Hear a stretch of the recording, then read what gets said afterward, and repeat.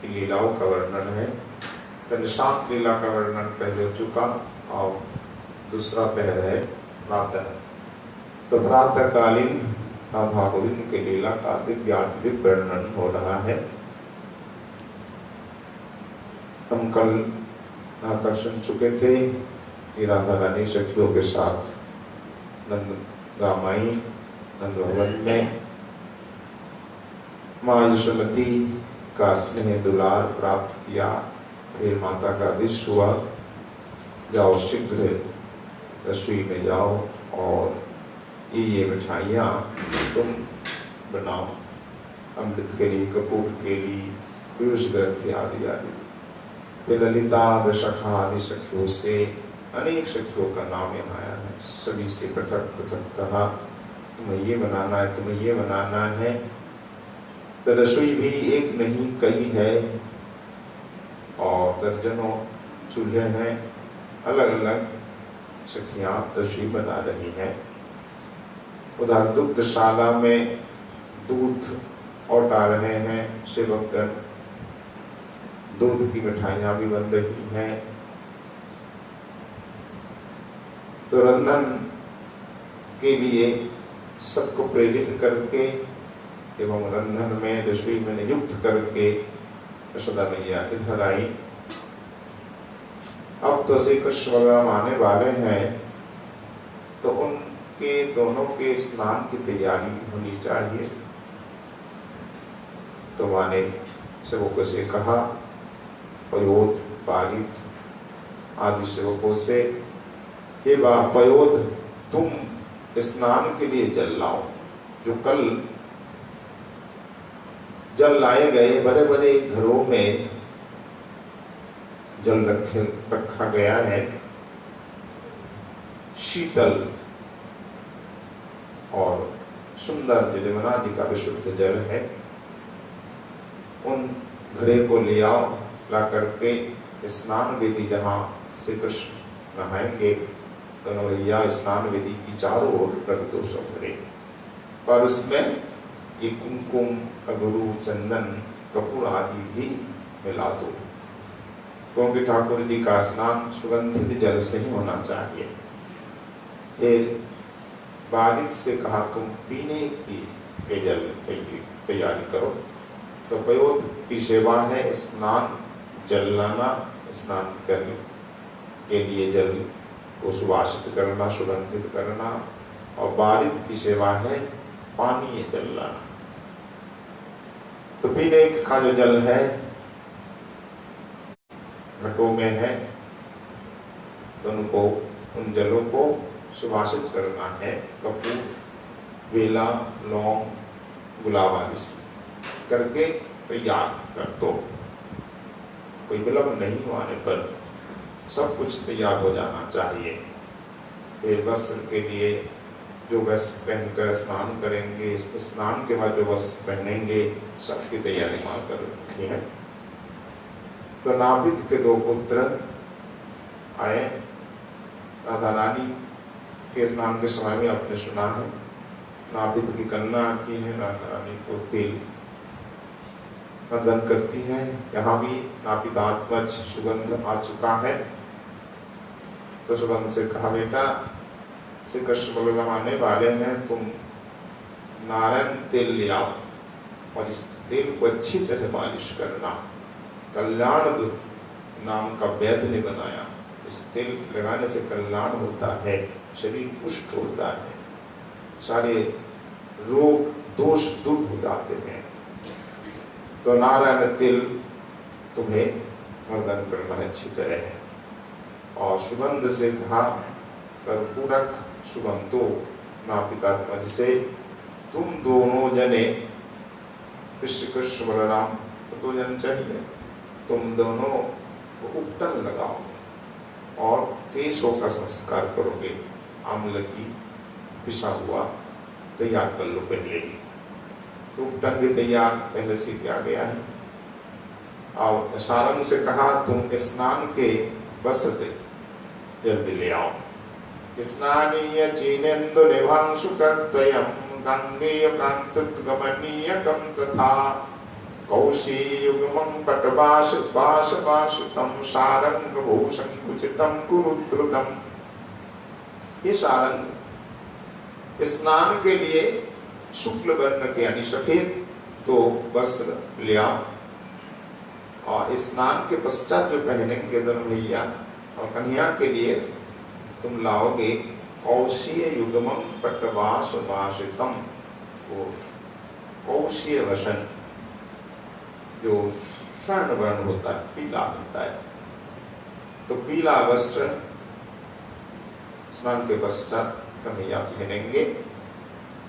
तो उन वस्त्रों को तुम सुगंधित चूर्ण से सुवासित सुगंधित कर देना। दो वस्त्र, एक धोती एक उत्तरी एक दुपट्टा, दोनों पीले और दोनों को सुगंधित चूर्ण से सुवासित सुगंधित करना, दोनों को शीघ्र लाओ। और फिर बकुल से कहा उष्णी शकम कंचुकमंतरीयकम सतुंद बंधम तृतीयं नवीनम बालार्क हेमारुण चित्रवर्णम वासश्चतुष्कम ब्रजवेश युग्मम। तो ब्रजवेश में 4 रंग के वस्त्र होते हैं, लाल, पीला और विचित्र वर्ण और एक अरुण वर्ण। तो लाल का नहीं होता ही है, तो थोड़ा अलग है अरुण, एक लोहित एक अरुण वर्ण, गाढ़ा लाल एक हल्का लाल और पीला, और चौथा है तरह तरह का वर्ण, चित्र वर्ण यानी अनेक प्रकार रंग का। उमर में क्या करते हैं, कमर में फेटा बांधते हैं। तो बकुल तुम इन वस्त्रों को ले आओ।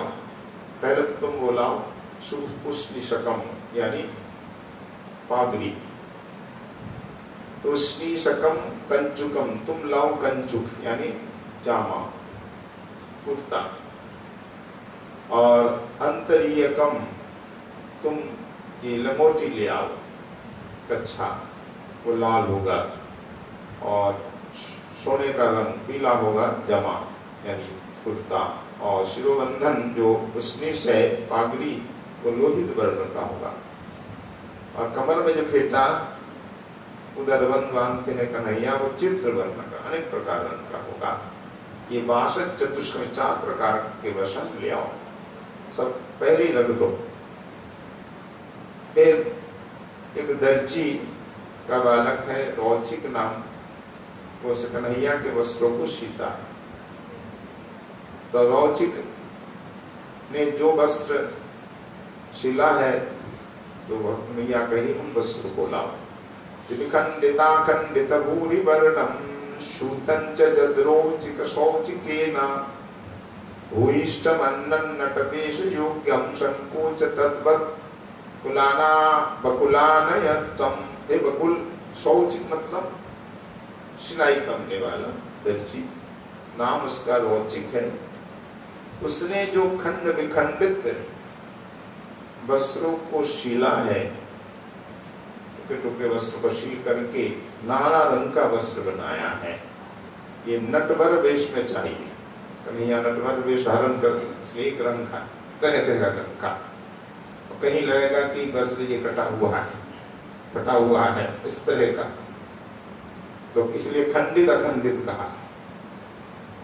बहुवर्ण अनेक वर्ण का, और शिल्प चातुरी यानी बड़ी कारीगरी से बनाया है। तो ये नटवेश के योग्य है। तो उन वस्त्रों को यहाँ ला करके सब तैयार करके रखा। जय जय जय हो राधा नयनानंद लक्ष्मी भगवान की जय, रूपारती की जय। सब वस्त्रों को आप क्या करते हैं, प्रेस करते हैं, ऐसे प्रेस करके सुरक्षित तरह रखो, इसको कुंचित करके इसको जिस तरह शोभा वस्त्र की होती है उस प्रकार रखो। ये सब तैयार करके रख देते हैं। वस्त्र की तैयारी हो गई, स्नान के पश्चात पहनने के वस्त्र और श्रृंगार चंदन से लेकर सब की तैयारी हो रही है। तो कस्तूरी केंदु अगरु कुंकुम चंदनादि यत्ना चतुष्टम मुखानि विलेपनानि संपाद्य पूरय सुवास विलास गंधि रत्नावली खचित मौक्तिक संपुटेषु। इस दास का नाम है सुदास विलास गंधी, सुवास सुगंधी सेवा करने वाला, इसलिए नाम ही ऐसा है। नाम भी देखिए वो अनुरूप नाम, जल सेवा करने वाला का नाम परोत, एक पानीय जल सेवा करता है तो दूसरा स्नान जल सेवा करता है। ये गंध द्रव्य विलेपन तैयार करता है, जिसने नाम सुवास विलास गंधी, अलग अलग नाम। तो तुम कस्तूरी कपूर अगरू कुमकुम चंदन इन वस्तुओं को मिला करके विलेपन तैयार करो, इसे चतुष्सम गंध कहते हैं। अपूर्व गंध होता है, तो श्री कृष्ण का बड़ा प्रिय है और रोज अंग में लगाया जाता है। तो पांचों को मिलाओ, मिला करके तैयार कर दो। किसमें रखोगे? उस कटोरी में मोक्तिक संपुट, यानी मोतियों से और मणि रत्नों से खचित बहुत सुंदर जो डिबिया है उसमें रखो। डिबिया कहने का मतलब ढक्कन भी होगा, नहीं तो सुगंध चली जाएगी। यहाँ कटोरी नहीं कहा है, संपुट मतलब डिबिया, उसमें रखो चंदन को, सबको मिलाकर मिक्स करके। तो वहाँ चंदन घिसने की सेवा भी मिलती है दासियों को, मंजरियों को। किसी को चंदन घिसने की सेवा, किसी को कुमकुम घिसने की सेवा, केसर घिसने की, कस्तूरी, ये चतुष्सम गंध तैयार करने की सेवा मंजरियों को भी मिलती है, राधा रानी के लिए, यहाँ ठाकुर के लिए सेवकों को मिला।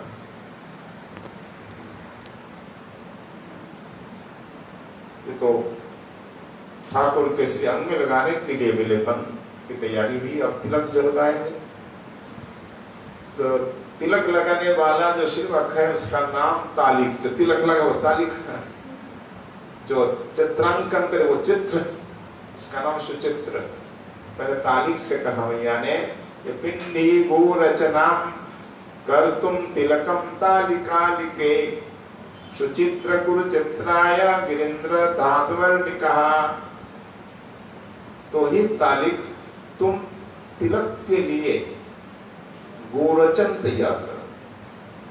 गोरचन गो माता के मस्तक पे ये वस्तु होती है, स्वाति की बूंद गिरने पर दिव्य सुगंध भी है इसमें और तिलारण। तो गोरचन लाओ और इस करके तिलक के लिए तैयार कर दो, और तिलक तुम्हें लगाना है, ठाकुर भी लगा लेते, तुम केवल तैयार कर दो। और सुचित्र, तुम कन्हैया के अंग में चित्रांकन करने के लिए गिरिराज जी से जो धातु लाए गए उनको तैयार करो। कुरुचित्राय गिरिंद्र धातु वर्णिका, कोई सफेद रंग का है, कोई लाल, कोई पीला। इन धातुओं को पीस लो, पीस करके पेस्ट तैयार कर लो, तो करके रखो, जिससे कन्हैया का चित्रांकन होगा, तुम ही कर रहा हो।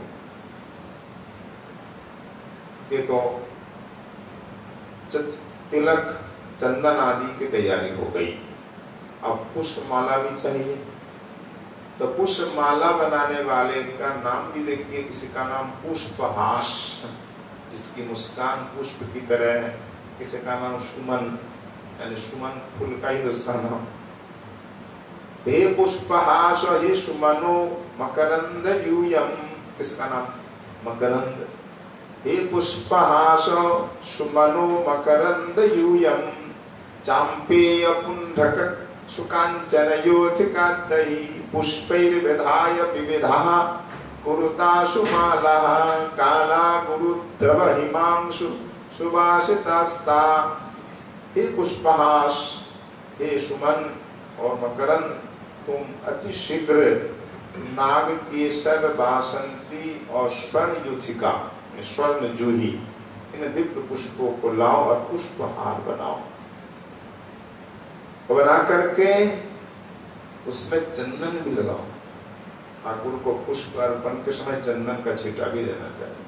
तुलसी अर्पण करते चंदन लगाकर, हर वस्तु सुभाषित करके दो।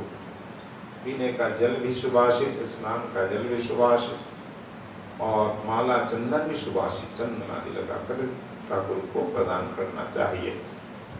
तो भैया ने कहा ये माला बना लो, फिर वो करके क्या करोगे? अगुरु दो तरह की होती हो, कृष्णा गुरु जो काला रंग का, उसका जो तरल द्रव, तो पहले अगुरु तो आजकल शीशी में मिलती है, वो अलग वस्तु है। अगुरु लकड़ी जैसी है, उसे घिस लो, घिस करके द्रव बना लो जैसे चंदन, तो काला पीला तो ऊपर प्रकार का। तो ये काला अगुरु को द्रव बना लो तरल, और कपूर मिलाकर सुभाषित करो, और माला में भी छिटा देना। और ठाकुर भी लगा लेते हैं अगुरु की बिंदी। अब इन सखाओं से बोल रहे हैं, दासों से, कि तुम लोग श्री कन्हैया के लिए आभूषण भंडार से ले आओ, कोषागार से, आज जो पहनेंगे कन्हैया। रत्नावली खचित हाटक भूषणानि स्नेहान मदाग्रह भरीन चिरेन यत्नात् निष्पद्य सायमिह कांचनकार मुखैः दत्तानि यानि मम रंगनटंकनाति। दो श्लोक एक साथ। स्वैरेन्द्र मालिन मकरंद भृंगिन निष्कास्य कोशालयतु भवद्भिः पुष्येण भानोरमृति अद्बारे तैरेव वत्सो मम भूषणीयो। हे शैलेंद्र, हे मालिन, हे मकरंद, हे भृंगिन, ये चार सेवक हैं। शैलेंद्र, मालिन, मकरंद और भृंगी। तुम लोग कोषागार से वो स्वर्ण आभूषण ले आओ जो कल ही संध्या के समय स्वर्णकार दे गए। मैंने बड़ा आग्रह किया था कि हमारे कन्हैया के लिए, बलराम के लिए सुंदर आभूषण बना दो, रत्नों से जड़े हुए। तो मेरा अत्यंत आग्रह और स्नेह के कारण बहुत कई दिनों के प्रयास से उन दोनों स्वर्णकार ने ये आभूषण बनाए। समय तो लगता ही है, बहुत परिश्रम करके, और बहुदिन यहाँ कहा, यानी अनेक दिन लगे। तो रत्नों से खचित स्वर्ण आभूषण वो कल ही हमको दे गए बना करके, तो भैया ये आभूषण बन गए हैं, और इसलिए हमने जल्दी दिया कि कल ही आभूषण पहनने का योग है। आभूषण धारण के लिए भी मुहूर्त होता, नए वस्त्र परिधान का भी मुहूर्त होता। जब तक नया वस्त्र नहीं पहनते हैं, ये पुरानी रीति है, आजकल तो नहीं मानते लोग, मानने वाले मानते। नया वस्त्र है पहले धो लो, बाजार से लाया पहले नहीं, नया वस्त्र को धो करके ठाकुर को समर्पण करो, इसके बाद पहनो, जो भी दिन देखकर, मुहूर्त देखकर। तो आभूषण भी, नया आभूषण भी मुहूर्त के अनुसार पहनना चाहिए। तो कल क्या है मुहूर्त? कल रविवार और पुख नक्षत्र। पुख नक्षत्र हो, रविवार हो, तो अमृत योग होता है। इस मुहूर्त में सोने का आभूषण पहनना बहुत ही उपकारी है, लाभप्रद है। तो मैंने कहा देखो तुम शीघ्र जाओ, और मैंने वो कोषागार में रख दिया, तुम कोषागार में जाओ और भी सब आभूषण ले आओ जो कल दे गए हैं, ला करके आज ही धारण कराओ। आज बहुत सुंदर मुहूर्त है, अमृत योग है। दोनों हमारे जो बालक है बलराम से कृष्ण, दोनों को इन आभूषणों से भूषित कर दो। तो चार सेवकों के लिए ये आदेश है। अब शालिग नाम का एक सेवक, उनसे कहा कि तुम मोर पंख से कन्हैया के लिए मुकुट बनाओ। रोज नया नया आभूषण बनता, मोर पंखा रोज बनता, जैसे पुष्पमाला रोज बनता है, तो इस प्रकार कन्हैया के वस्त्र भी नए नए, रोज नए वस्त्र, नए आभूषण। तो वत्स शालिक विदयवतंसम नीलकंठ नवपिंच समूह भई तंच मालिक सितारुन गुंजा कुंज कैर विविध हार सुगुच्छान। और हार भी पहनाना श्री कृष्ण की इच्छा अनुरूप जो हार वो पहनना चाहे, जो आभूषण पहनना, कई प्रकार के हैं, तो जो कन्हैया को अच्छा लगे ऐसा करना। आप शालिक तुम मोर पंख लाओ, मोर पिच से मुकुट तैयार कर दो, और मालिक तुम श्वेत और अरुण वर्ण के गुंजा लाओ। गुंजा के जो फल होता है सफेद और लाल दोनों प्रकार के गुंजा लाकर हाथ तैयार करो, और गुच्छा भी कुछ तैयार करो। कन्हैया के अत्यंत प्रिय है गुंजा। तो सेवक सब लग गए अपनी अपनी सेवा में। अब सेवा है सबसे बड़ी सेवा, पान की सेवा। इसका भी कितना सुंदर वर्णन है, देखिए। पान की बीड़ा तैयार करने में भी कई सेवक लग गए, एक सेवक नहीं। पहले जम्बूल सेवक से कहती है मैया कि जम्बूल जाम्बू नदकांति मिष्ट तांबूल बल्ली दल संचयत्वम सुकर तरी खंडित हेय भागम विदेहि चीनां सुकमार्जितं त्राक।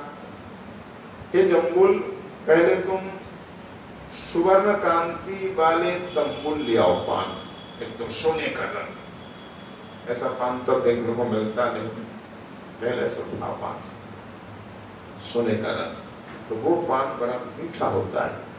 तो पान ले आओ और लाकर के कैंची से काटो, उसका डंठल जो ये भाग है उसको काट करके खंडित करो। दो टुकड़ों में भी कर देते ना, दो टुकड़ों में करो, करके सूक्ष्म वस्त्र से पोंछो, अच्छी तरह पोंछ के साफ कर दो, धो के पोंछ के साफ करो। और फिर दूसरे सेवक से कहा कि धात्री दला भर यंत्र निकीर्तनव्य क्षीराद्र पूग फल सूक्ष्म दलानि कामम निर्मायत तानि घनसार सुवासितानि स्निग्धादि वत्स सुविलास विधेहि तूर्णम।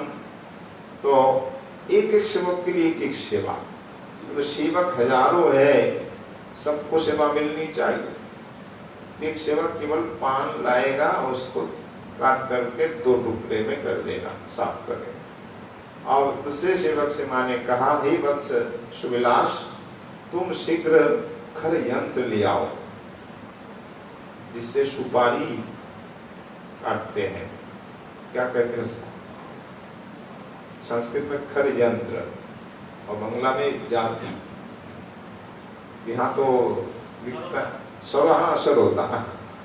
सरोता बोलते। एक पंडित बोल रहे थे, देखो श्रोता तीन प्रकार है, सरोता, श्रोता, श्रोता। ऐसा नहीं के लिए तीन प्रकार श्रोता होते। श्रोता कौन? जो श्रवण करने आके सो जाता, आता ही सोने के लिए। और एक होता है श्रोता, सुनता है। एक श्रोता मतलब कमियां ढूंढता है, ये क्या था, ये क्या था, कमियों को ढूंढने वाला। तीन प्रकार से तो दृष्टांत से याद है श्रोता। तो श्रोता लाभ और उसको पहना हो, ला करके क्या करना है? सुपारियों को काटना है। सुपारियों को पहले दूध में डाल दिया गया। देखिए कैसी सेवा है।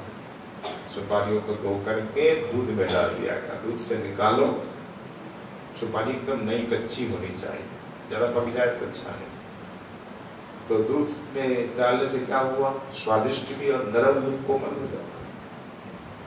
तुम सुपारियों को ला करके काटो, कैसे? नैना नैना करके। यहाँ उदाहरण दिया है, जैसे आंवला के पत्र होते हैं। आंवला का पेड़ देखा है ना, उसका पत्ता कैसा होता है? पत्तियां बहुत नैनी नैनी होती है, उस तरह एकदम काटो, नैना नैना करके काट करके कपूर से सुवासित कर दो। ये सुपारी की सेवक। और तीसरा सेवक है, तीसरा चौथा दो सेवक, उनके लिए ये आदेश है कि वस्त्र शोधित चूर्णै लाल लवंग खदिरादिभिः घोरशाल विशालख कुरुतम बिटकम युवाम। ये विशाल और विशाल तुम दोनों क्या करोगे? इलायची लाओ, छोटी इलायची, लौंग और कत्था, इनको चूर्ण करके मसाला तैयार, बटिका, तीनों को मिला करके टिकिया जैसी बना तो पान में रख दिया जाए। ये सेवा तुम दोनों की है। तो पान में सुपारी, इलायची, लौंग और कत्था। चूना का नाम नहीं आया, चूना देते भी नहीं है। ठाकुर सेवाओं जो पान अर्पित होता है ना, बीड़ा, चूना नहीं देते, चूना पवित्र नहीं माना जाता। आप भृत्यगण यानी सेवकगण सब अपनी अपनी सेवा में लग गए। यहाँ तक सेवा का वर्णन हुआ दासों के लिए। ये सब सेवा में लग गए। अब मैया हमारी चिंतित है कि मेरो लाला क्यों नहीं आ रहा है, कन्हैया कहाँ चलो रहे। तो कृष्ण बलराम के विलंब के कारण मैया भी चिंतित है। जो भी आ रहे हैं जा रहे हैं उनसे पूछती है कि कन्हैया क्या कर रहा है। तत्कर्म शक्ति स्वततेषु माता सुतागमद्धार्पित नेत्र युग्मा इत्याह गोष्ठागत भारवाहं कृष्णः किमायाति कथं विलम्बा। तत्कर्म शक्ति स्वततेषु माता। सब सेवक कर्म में शक्ति यानी सेवा में आसक्त हो गए, सेवा में रत हो गए, अपनी अपनी सेवा करने लग गए। इधर माता सुतागमाधर्पित नेत्र युग्मा, सुपुत्र आ रहे हैं, जिस मार्ग से आएंगे दोनों बालक उस मार्ग में नेत्र देकर बैठी,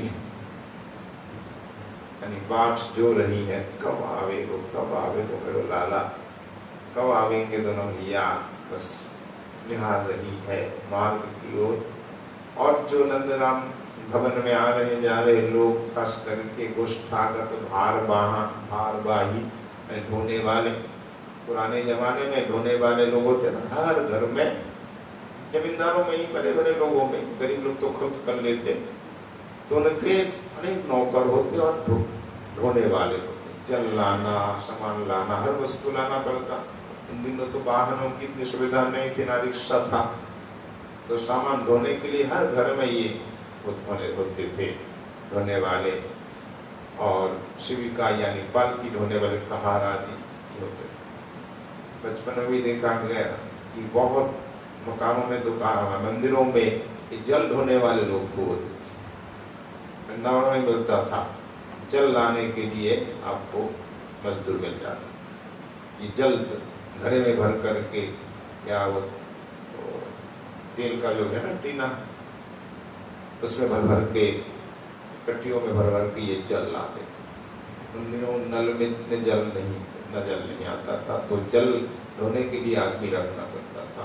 वो कुएं से, यमुना से जल लाता था मंदिरों में, भंडारे में। तो आज आवश्यकता नहीं पड़ती। पहले जल ढोने वाले हर घर में करीब रहता था, मंदिरों में होता था। गोविंद मंदिर में जल ढोने वाले भी थे। आज कल है कि नहीं पता नहीं, जमुना जी से वो जल ला के देता था सुबह शाम। तो आनंद बाबा के यहाँ जल ढोने वाले बहुत है, दूध लाने वाले, सामान लाने वाले। तो ये जब वाहक सब आ रहे हैं जा रहे हैं, ढोने वाले से मैया पूछती है, ये भार वाहिन, ये संबोधन होता है संस्कृत में। भार मतलब क्या? भार मतलब सामान को ढोने वाले, वाह मतलब ढोने वाला। हे भार वाहिन, क्या तुम लोगों ने कृष्ण को देखा है? कहाँ है कृष्ण इस समय, क्या कर रहा है? तो भारवाहकों ने, ढोने वालों ने कहा, क्या कृष्ण अभी तक नहीं आया है? मैया ने कहा नहीं आया, तभी तो मैं पूछ रही हूँ।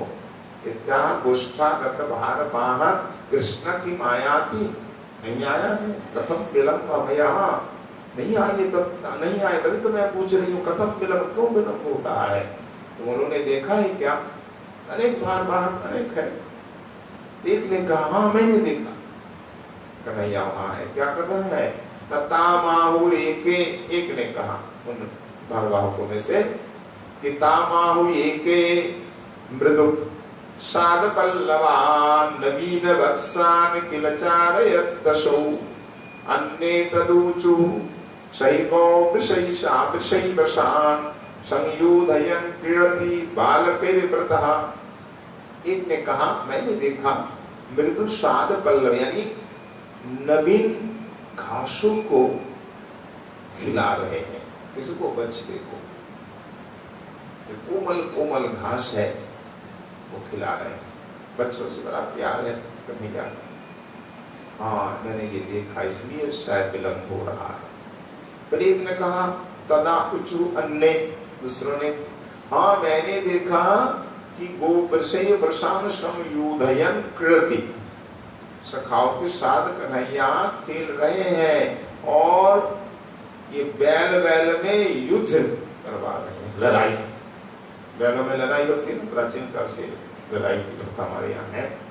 शान बैलों में ये लड़ाई करवा रहे हैं, खेल देख रहे हैं और स्वयं भी बालों के साथ खेल रहे हैं। अच्छा इसलिए नहीं आ रहे हैं दोनों भैया, अब क्या किया जाए?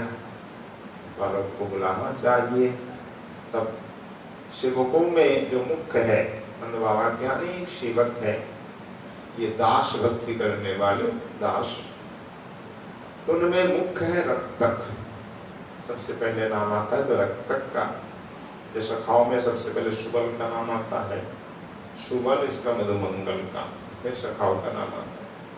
सखियों में पहले ललिता फिर विशाखा का नाम, तो दासों में पहले रक्तक का नाम, फिर पत्रक, फिर भृंगे भांगुल और कितने नाम। यहाँ तो आपने देखा जंबुल, किसका सुविलास, किसका वशाल, किसका विशाल, अनेक नाम। तो रक्तक जो प्रधान है उससे मां ने बुलाया। यथा पुत्रा नयनोत्सुकोत्सुकः सारक्तकं शक्तम् अमुष्य सेवने तं वत्स गत्वा मधुमंगलं बलं तं चंचलं चानयमत्सुतं द्रुतं। तो पुत्रानयने उत्सुका, पुत्र को लाने में उत्सुक जननी ने कृष्णस्य सेवने शक्तम उत्सुकम, श्री कृष्ण की सेवा में जो शक्त है, उत्सुक है, नाम जिसका है रक्तक, तो सेवा में उत्सुक रहते हैं हर समय ये सेवक, और सेवा में मेरे पटु है, शक्त है, मतलब सेवा में दृढ़ता भी है तो। और कन्हैया उसके वश में भी है।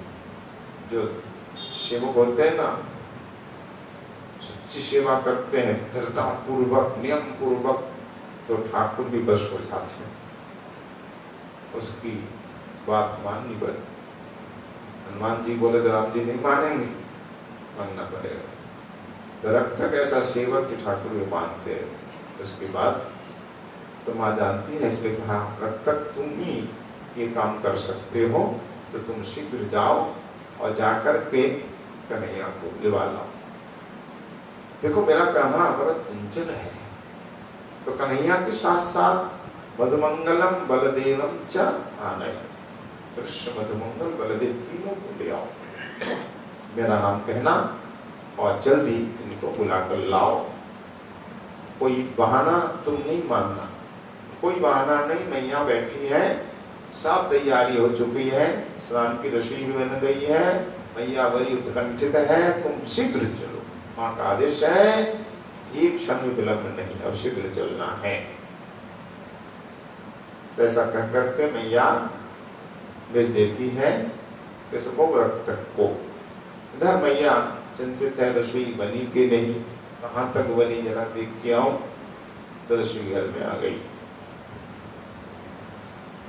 प्रहीततं सात महानसं गता, किं किं तया साधितमेतया सह, सर्वं तदेतन्मम ते मनादिकं संदर्शयात्यायतः बलस्य मातरम। बलस्य मातरम, बलराम की माँ रोहिणी से कहा।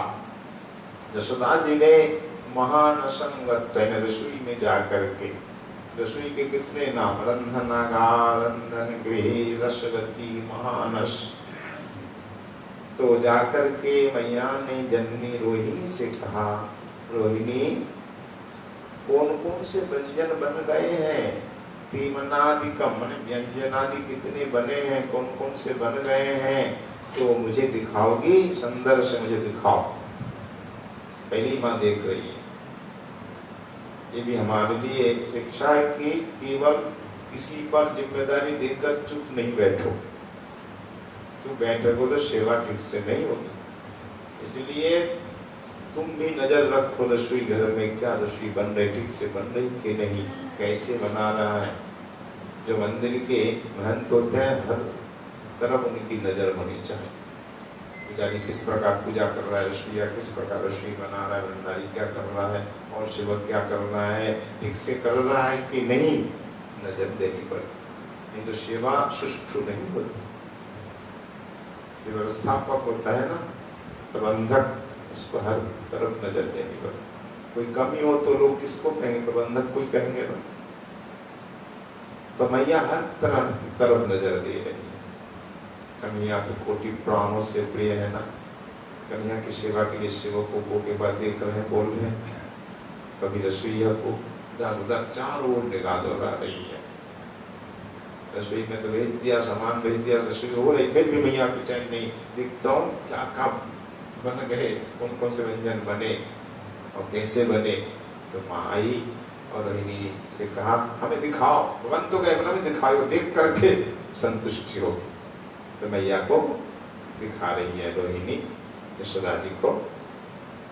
तामाह सम्मार्जित वेदिकांतरे, तामाह सम्मार्जित वेदिकांतरे, नवीन मृदभाजन पंक्ति संवृतम, सादर्शयन्ति कृदते मनादिकम, राधां प्रशंसन तथतां च रोहिणी। और एकदम परिष्कार, बहुत साफ सफाई है ऋषि घर में, पहले भी बताया गया। और रोहिणी में बता रही, देखो वो जो वेदी है, रंधन के पश्चात हम व्यंजनों को रख रहे हैं, वो बिल्कुल साफ परिष्कार करके विशुद्ध करके वहां रखा गया है।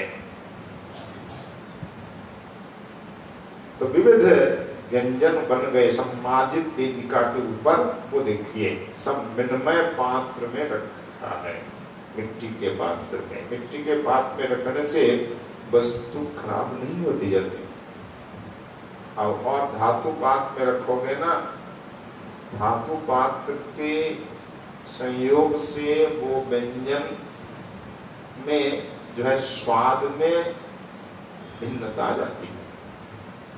पात्र के रूप, अब खटाई रख दोगे पीतल कांसे में, अब पा सकते हो उसको? नहीं पा सकते। हर पात्र अपना गुण छोड़ता है। जैसे मनुष्यों में भी जो जैसा उसके संग रहोगे वैसा रंग आएगा कि नहीं, उसका गुण आप पर भी आएगा। संत होगा तो साधुता आएगी, दुष्ट होगा दुष्टता आएगी। संसार बहुत बड़ा होता है। उसी प्रकार बर्तन जैसा होगा वैसा स्वाद बन जाएगा। स्वाद में भिन्नता आ जाती है, कांसे में रखो, पीतल में रखो, और कोई एल्युमिनियम तो और बेकार है। एल्युमिनियम तो ब्रिटिश इसलिए लाया कि ये कैदियों के लिए, भारत में जो स्वतंत्रता आंदोलन कर रहे थे उनको कैद में रखा गया, तो उनके लिए एल्युमिनियम बर्तन की खाया जल्दी मरे, उससे विष निकलता है, जहर है। एल्युमिनियम बर्तन आप पानी रख के देखो कैसा हो जाता है। एल्युमिनियम बर्तन में नहीं रखना, ना खाना चाहिए। लोहे का भी नुकसानदायक है, कहीं अच्छा भी है, वस्तु के लिए नहीं। तो लोहे में चावल आदि नहीं पकाना चाहिए कभी भी। तो बर्तन सबसे शुद्ध माना जाता है सोने का, चांदी का भी सोने का, तो सबके पास कहाँ है। तो इसलिए सबसे श्रेष्ठ बर्तन मिट्टी का। मिट्टी में जो वस्तु रखेंगे स्वाद में भिन्नता नहीं आएगी। जैसा स्वाद व्यंजन का वैसा ही रहेगा, कोई भिन्नता नहीं आएगी। मिट्टी में ये गुण है। और मिट्टी के बर्तन में रखेंगे व्यंजन जल्दी शीतल भी हो जाएगा। यहाँ मैं खीर मिट्टी के पात्र भी रखती जाएगी, तो शीतल ठीक हो जाएगी जल्दी। पहले मिट्टी के बर्तन में रसोई होती थी, पति थी ना, महाप्रभु लीला में देखो सच्ची माँ मिट्टी के बर्तन में पकाती थी। और मिट्टी की हरिया एक जगह सब लोग डालते डालते वो स्तूप हो जाता था, बहुत जम जाता था। हरिजनों को भी बड़ी मेहनत करनी पड़ती फेंकने के लिए। तो हर घर में मिट्टी के बर्तन से में ही रसोई होती थी पहले। और वैद्य बताते थे कि अगर आप बीमार पड़ गए, अगर आप अजीर्ण दोष से ग्रसित है, तो आपके लिए मिट्टी के पात्र में रसोई पानी चाहिए। वैद्य बताया कि आप मिट्टी के पात्र में बनाओ, कोई पेट की बीमारी हो।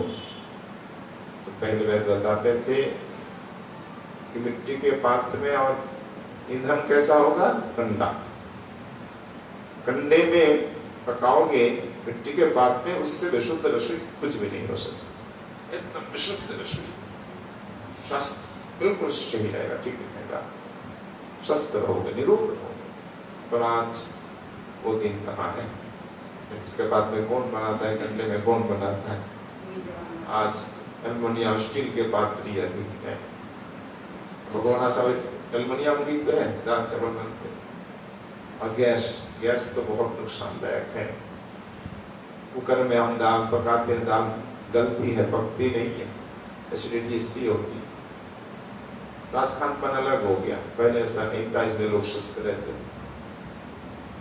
चलिए, मिट्टी के पात्र में पहले व्यंजन रखते थे, स्वाद एकदम बरकरार रहे और बहुत देर तक व्यंजन रहे, खराब नहीं हो। तो नए नए मिट्टी पात्र दोबारा नहीं चलता है, एक बार प्रयोग करेंगे, दूसरी बार नहीं। तो नए नए मिनमय पात्र यानी मिट्टी के पात्र में व्यंजन रखे हैं। माँ यशोदा को दिखा रही है रोहिणी, देखो ये वेदी पर सब व्यंजन रखे हैं, बन रहे और रख रहे। सुसंस्कृतम निपुणया, तो मैया राधा रानी की बड़ी प्रशंसा कर रही है। अच्छा, राधा रानी बनाई, हाँ ये सब राधा रानी ने बनाई है, ये व्यंजन राधा रानी ने बनाई, ये मिठाइयाँ राधा रानी ने बनाई है। सुमधुरम शशितोपि सुसंस्कृतम निपुणया पचने मृदुराधया प्रबलमंथनिका सुसंभृतम सुमुखी पश्य पुरः सखी पायसम। यशोदा जी के लिए भी रोहिणी सखी कहती थी और रोहिणी को भी यशोदा जी सखी कहती। दोनों बहन और मानो तो दोनों रानी जेठानी भी है, बहन भी मानती। तो रोहिणी यशोदा जी के लिए सखी संबोधन करती, यशोदा जी भी सखी। तो सखी रोहिणी हमें दिखाओ, तो दिखा दिया, सारे व्यंजन दिखाए। फिर रोहिणी ने कहा, सखी यशोदे वो देखो ये रंधन या रसोई बनाई किसने? राधा ने। ये बहुत सुंदर बनाती है, मुझे नहीं आता। राधा ने जो खीर बनाई ना, ओ आज तुम जब खाओगी तुम्हें पता चलेगा कैसा स्वाद है। बहुत सुंदर खीर बनाई है। खीर का संस्कृत में पायस ही कहा जाता है। खीर शब्द है क्षीर, तो क्षीर दूध के लिए कहा जाता है।